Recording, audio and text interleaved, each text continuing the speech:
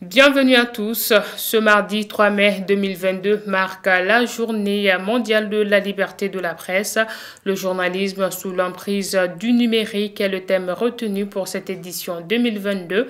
À cette occasion, l'organisation Reporters sans frontières publie son classement 2022 et près de 180 pays passés au crible. Parmi eux, 3 pays du Maghreb, dont le Maroc, la Tunisie et l'Algérie, vivent une situation préoccupante. Yaya Ben Salah.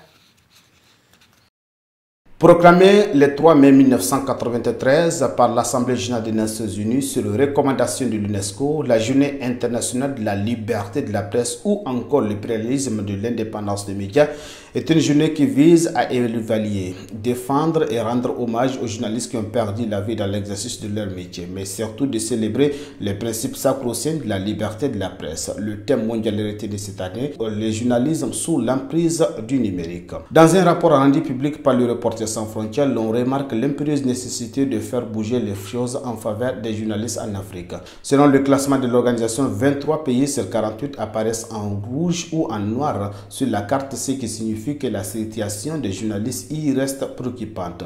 Ainsi, au Mali, après la chute du régime de Moussa Traoré en 1991, le monde des médias a connu une avancée considérable avec plus de 120 journaux, près de 500 radios et plusieurs chaînes de télévision.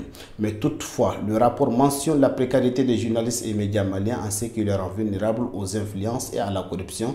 À cela s'ajoutent les contextes socio-culturels et sécuritaires qui empêchent le libre exercice du journalisme. Globalement, l'Afrique reste le continent le plus violent à l'égard des journalistes. Plus d'une trentaine de reporters y ont perdu la vie dans ces dernières années, avec un nombre important d'exactions dans des pays comme la République démocratique du Congo, le Nigeria et la Somalie. Aux yeux de Reporters sans frontières, l'Algérie est l'un des plus mauvais élèves du continent. Elle a perdu 27 places en 6 ans et se retrouve désormais au 146e rang mondial. Le Maroc et la Tunisie sont également pointés du doigt pour mauvaise pratique envers les hommes de médias. La Namibie reste le leader du continent pour la seconde année consécutive, suivi du Ghana et de Seychelles.